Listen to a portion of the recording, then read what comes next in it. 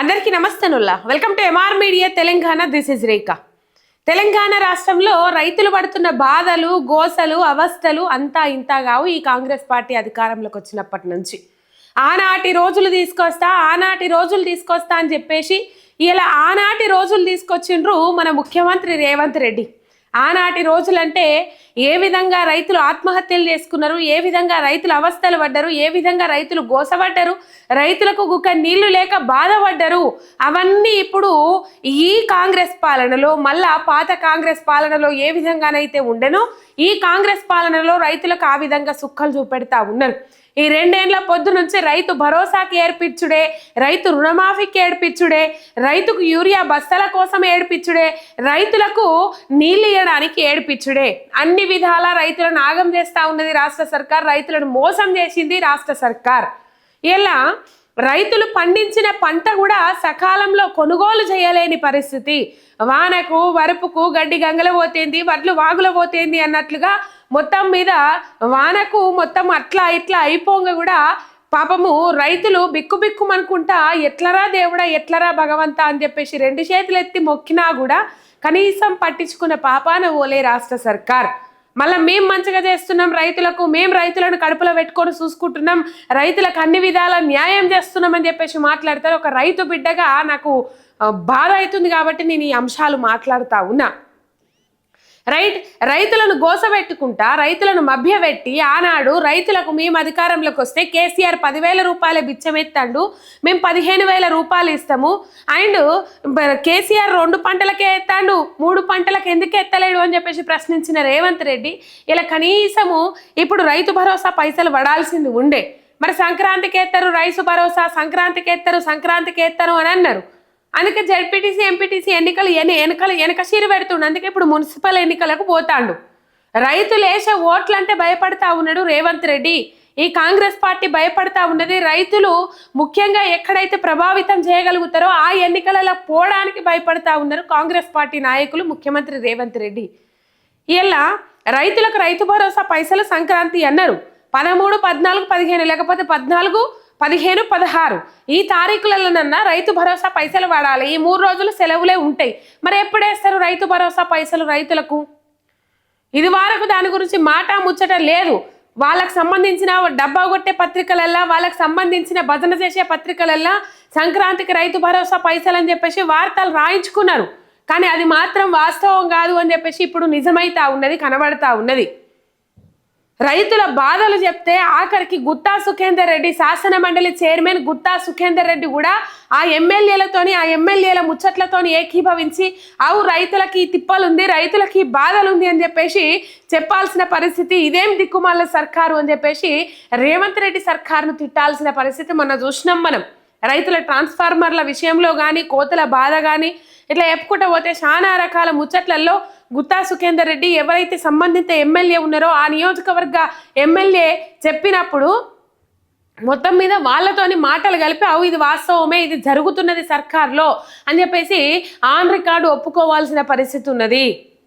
ఇలా ఏ కాంగ్రెస్ ఎమ్మెల్యేనైనా తిరగగలుగుతుండ్రా, కాంగ్రెస్ మంత్రి తిరగగలుగుతుండ్రా? రైతులకు యూరియా బస్తాల కొరత లేవని చెప్పేసి ఒకసారి మాట్లాడతారు, రైతులకు యూరియా బస్తాల కొరత ఉన్నది అని చెప్పేసి ఇంకోసారి మాట్లాడతారు. లేదు ఇది రాష్ట్ర సర్కార్ చేసిన మోసమే అని చెప్పేసి ఒకళ్ళు మాట్లాడతారు. లేదు ఇది కేంద్ర సర్కార్ చేతులలో ఉన్నది, మేమేం చేస్తాము అని చెప్పేసి ఇంకోళ్ళు మాట్లాడతారు. కావాల్సినంత రైతులకు యూరియా ఉన్నది అని చెప్పేసి ఇంకొక దగ్గర తిప్పల పెడతారు. పాపము ఇక్కడ ఒక మహబూబ్ నగర్లనా లేకపోతే ఎక్కడనో తెలియదు కానీ మొత్తం మీద చెప్తా మీకు. అది రైతు మీద బూతులతో రెచ్చిపోయిండ్రు. బూతులతోని ఆ సంబంధిత ఆఫీసరా మరి ఎవరా తెలియదు. 4 బస్తాలు వస్తాయి సార్ దయచేసి ఇవ్వండి అని అడిగితే జీ వలిగిద్ది, 2 లేవు, 2 బస్తాలే వస్తాయి, తీసుకో లేకపోతే లేదనుకుంటా రైతుతోని దురుసుగా ప్రవర్తించిండట. మరి ఆ ఆఫీసర్కు అమ్మ నాయన ఉన్నాడా లేకపోతే ఒక తరం రైతులే కదా వాళ్ళ ఇంట్లో? ఆ ఆఫీసర్ మరి ఎందుకు ఇట్లా రైతుల మీద దురుసు ప్రవర్తనతోని జీవలుగుతుందని చెప్పేసి మాట్లాడతాడట. 4 బస్తాలు వస్తాయి సార్ అంటే లేదు 2 బస్తాలే ఇస్తాం, తీసుకో లేకపోతే వాపసు అంటే ఇట్లా దురుసుగా ప్రవర్తించిండు అని చెప్పేసి పోలీస్ స్టేషన్లకు పోయి పోలీస్ కేసు పెడతాము అని అంటే పోలీసులు కేసు ఫైల్ చేయలేదట. తిరిగి మళ్ళీ రైతు మీదకే తీవ్రమైన అసహనం వ్యక్తం చేసిండ్రట పోలీసులు కూడా. ఇక మరి పోలీసు యంత్రాంగం, పోలీసు రాజ్యం నడుస్తూ ఉన్నది, ఏదైనా పోలీసు వ్యవస్థ. ఇక ఇట్లున్నది. ఎవరినన్నా అనేతనుకున్నదా అంటే కోపం ఇంట దవ్వడం ఉన్నది సర్కార్తోని. ప్రశ్నించొద్దట, మాట్లాడొద్దట, ఇంకేం ముచ్చట్లు చెప్పొద్దట. రైట్. మొత్తం మీద మంత్రి గడ్డం వివేక్ వెంకటస్వామికి ఇవాళ ఒక్కరోజే 2 జాగాలలో నిరసన సెగ దాకింది. ఒక దగ్గరనేమో ఇచ్చిన హామీలు ఏమైనాయి సారు, ఎటువైనరు మీరు, హామీలన్నీ ఆడవాడేసిండ్రు అని చెప్పేసి ఒక దగ్గరనేమో నిరసన సెగ. అది ఎక్కడంటే ప్రభుత్వం వచ్చి 2 ఏళ్ళైనా కనీసం రోడ్లు కూడా వేయలేదని నిలదీసిన మంచిర్యాల జిల్లా క్యాతనపల్లి మున్సిపాలిటీ ప్రజలు.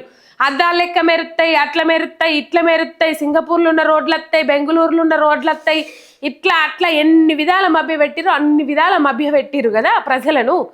ఇలా ప్రజలల్లో తిరగలేకపోతా ఉన్నారు కాంగ్రెస్ పార్టీ నాయకులు అనేది వాస్తవం. ఇది వాళ్ళకు కూడా తెలుసు. తిరగలేకపోతున్నారు, ఏం చేయాలనో అర్థమైతే లేదు.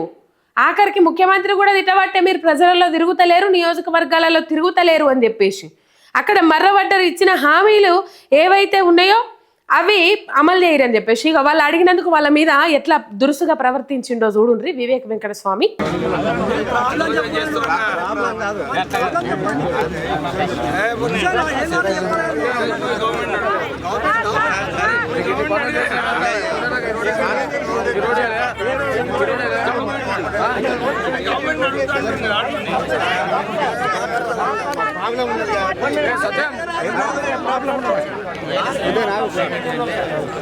అడగడం తప్ప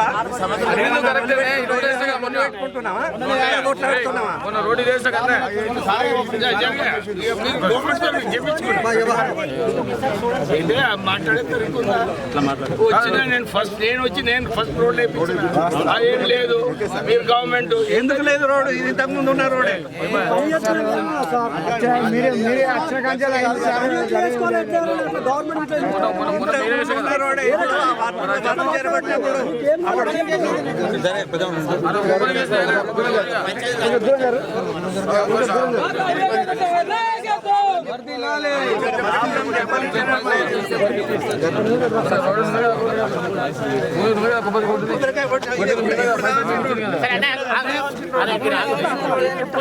చాలా రోజులకి ఇప్పుడు ఈ రోడ్డు కావాల్సింది ఎన్ని రోజులు? దాదాపు 10 సంవత్సరాలు మనం ఏం చేసి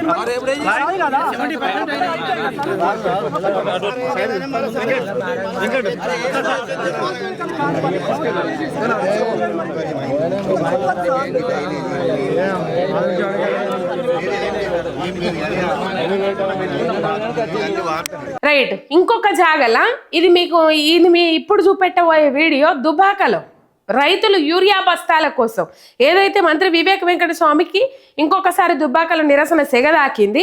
రైతుల పర్యటన, రైతులు ఏం చేసిండ్రంటే నిరసన వ్యక్తం చేసిండ్రు. రైతు భరోసా అమలు, రుణమాఫీపై ఫ్లెక్సీలతో మంత్రిని అడ్డుకొని నిరసన తెలిపిన రైతులు సమస్యలు పరిష్కరించాలంటూ దుబ్బాకలో నిరసన తెలిపిండ్రు. రైతులకు అన్ని విధాల ఆదుకుంటాము, రైతులకు అన్ని విధాలా మేలు చేస్తామని అంటే మరి రైతులకు అంత మంచిగా అయినప్పుడు వీళ్ళు ఎందుకు నిరసన వ్యక్తం చేస్తారు? ఓహో, మీకు గిచ్చిన ఒకటే రకంగా ఏడుపు వస్తుంది, కొట్టిన ఒకే రకంగా ఏడుపు వస్తుంది. వీళ్ళందరూ రైతులు కాదు అని చెప్పేసి ఎవరు వచ్చినా వాళ్ళు అసలు బాధితులే కాదని చెప్పేసి కొట్టిపారేయడం కాంగ్రెస్ వాళ్ళకి అలవాటు అయిపోయింది. కాబట్టి ఇట్లున్నది. ఆ వీడియో చూడండి.